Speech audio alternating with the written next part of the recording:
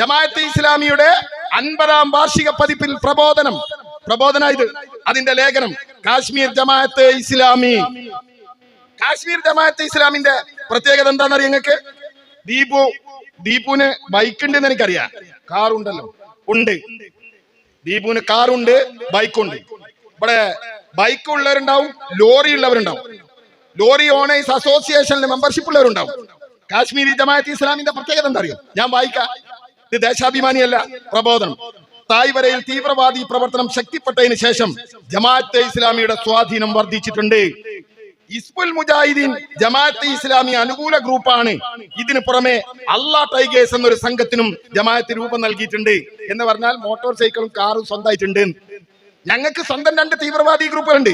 ഒന്ന് ഹിസ്ബുൽ മുജാഹിദീൻ, രണ്ടാമത്തെ പേരെന്താണ്? അള്ളാ ടൈഗേഴ്സ്. അവിടെ കഴിഞ്ഞില്ല, ലോറി ഓണേഴ്സ് അസോസിയേഷനിൽ മെമ്പർഷിപ്പ്. എങ്ങനെയാണ്? വിവിധ തീവ്രവാദി ഗ്രൂപ്പുകളെ ഏകോപിപ്പിക്കുന്നതിൽ ജമാഅത്തിന്റെ പങ്ക് പ്രധാനമാണ്.